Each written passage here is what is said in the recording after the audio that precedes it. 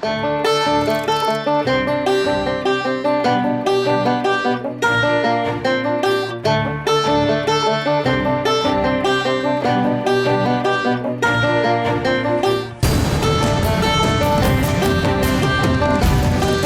pa s Tarakom odkrivava Posočje. Tole za menoj je nemška kostnica, spomenik v prvi svetovni vojni padlim nemškim vojakom.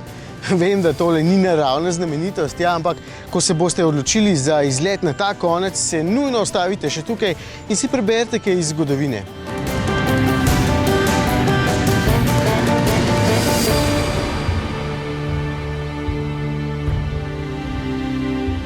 Tokrat Tarako sploh ni vozniško obremenjen, nobenega terena ni na moji poti, nobenih klancev, samo avtocesta in zdaj tile ovinki. In lahko iz prve roke povem, da se dobro počuti v vseh okoljih.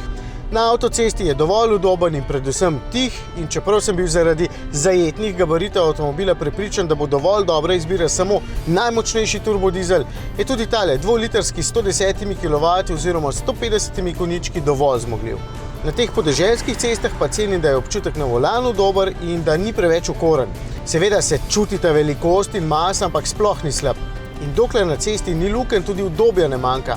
Vam pa spet iz prve roke povem, da je občutno bolje, če izberete manjše 19-palčno platišče namesto 20, kot jih je imel prejšnji, čeprav je res, ja, s tistimi še bolje izgleda. Kar sami se odločite, meni je bolj pomembno, da se dobro peljem do cilja, ki je danes res prelep.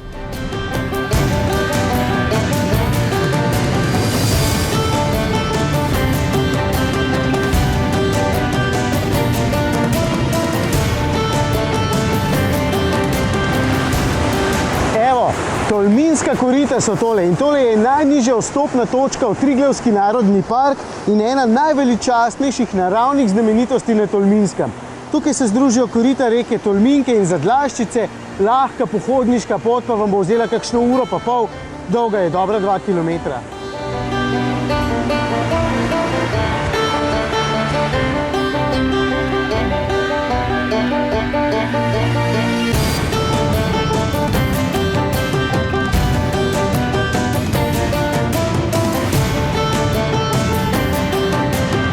Toliko časa vzame, ker vem, da boste občudovali Hudičev most kar 60 metrov nad reko Tolminko, pa Dantejevo jamo, Medvedovo glavo, termalni izvir in vse ostalo.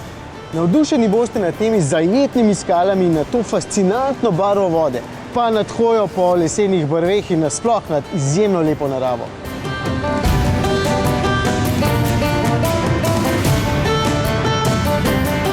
Zdaj veste, kaj lahko tudi s ponosom pokažete tujcem, ne samo Bleda, ki je v bistvu sam po sebi čisto lep, da ne bo pomote.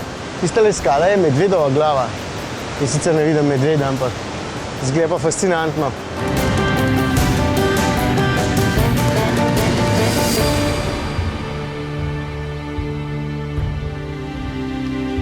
Vstopnina za odrasle je 6 oziroma 8 evrov, odvisno kdaj boste prišli, kar se mi sploh ne zdi veliko, glede na to, kako fajn je vse skupaj urejeno. Ampak brez skrbi smo poskrbeli tudi za to. Greste na naš Facebook in morda zadenete družinsko vstopnico. No, in ker je ravno zadnji izlet te sezone, velja pokukati v prihodnost. Seat pravi, da so tole vozila za električno mobilnost prihodnosti. Električni skiro, boste rekli. Ne glih. LED lučke spredaj in zadaj, električna in mehanska zavora, blažilnik spredaj, celo tempomat ima. EXS Kick Scooter se imenuje in moram priznati, da že dolgo nisem tako fino užival. Lahko se ga zloži, tehta 12 kg pa pol, voznik je lahko težak do 100 kg, gre pa največ 25 km na uro. In povsem praznega boste doma nafilali v dobrih 3 urcah pa pol. In v bistvu najboljša stvar, ne rabiš imeti ta Seat, da imaš lahko tega. Stane pa 570 evrov. Glej, mami, z eno roko!